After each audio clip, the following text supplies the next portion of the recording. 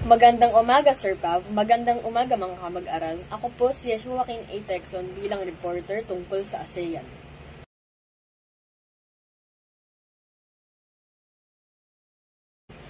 Ano nga ba ang ASEAN?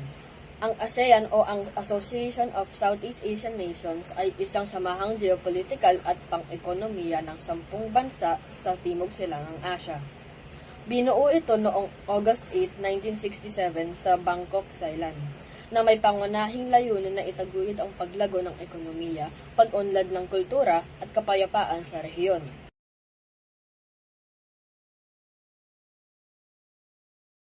Narito ang mga bansang bumubuo ng organisasyon: Indonesia, Malaysia, Philippines, Singapore, Thailand, Brunei, Vietnam, Laos, Myanmar at Cambodia. Pangunahing layunin ng ASEAN. Sa ilalim ng slogan na One Vision, One Identity, One Community, nakatuon ang ASEAN sa tatlong haligi. ASEAN Political Security Community, pagpapanatili ng kapayapaan at pag-iwas sa manggulo sa rehiyon. ASEAN Economic Community or AEC, paglikha ng isang single market kung saan mas madali ang kalakalan ng mga produkto at serbisyo sa pagitan ng mga kasabing bansa. ASEAN Socio-Cultural Community, pagpapalakas ng ugnayan ng mga mamamayan sa pamamagitan ng edukasyon, sports at sining.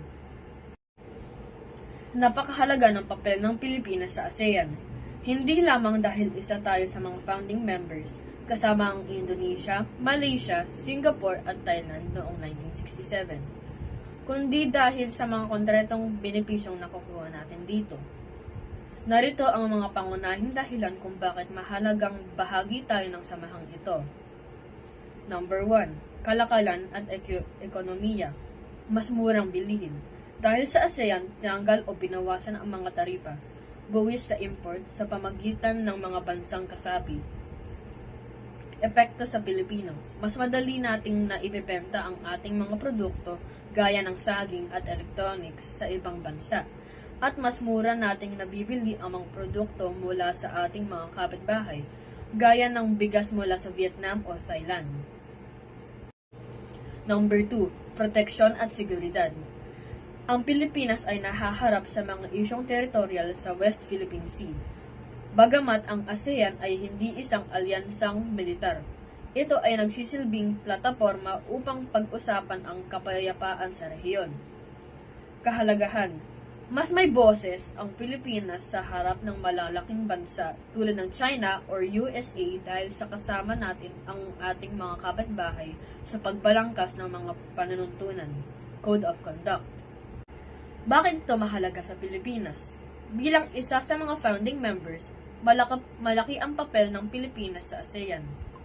Nakakatulong ito sa atin sa pamamagitan ng visa-free travel sa mga karatig bansa ng mga Pilipino. Mas murang ang bansang Thailand. Kabisera, Bangkok.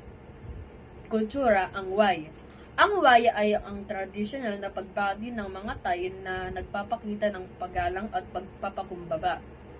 Ginawa ito sa pamamagitan ng pagdaop ng dalawang palad na tila nagdarasal sa tapat ng dibdib o muka. Bahagyang pagyuko ng ulo. Kahalagahan nito, hindi lang itong simpleng hello. Ginamit ang Wai sa pagpapasalamat, paghingi ng paumanhin, at pagbibigay pugay sa mga nakakatanda o sa mga monghe. Ang taas ng kamay at ilalim ng yuko at nakakadepende sa antas ng respeto na nais ipakita sa kausap. Dito na po natin tatapusin ang talakayan. Naway may natutunan po kayong bago ngayong araw. Maraming salamat po sa pakikinig. Muli, ako po si Joaquin A. Texon mula sa Pangkat Malinis. Hanggang sa muli.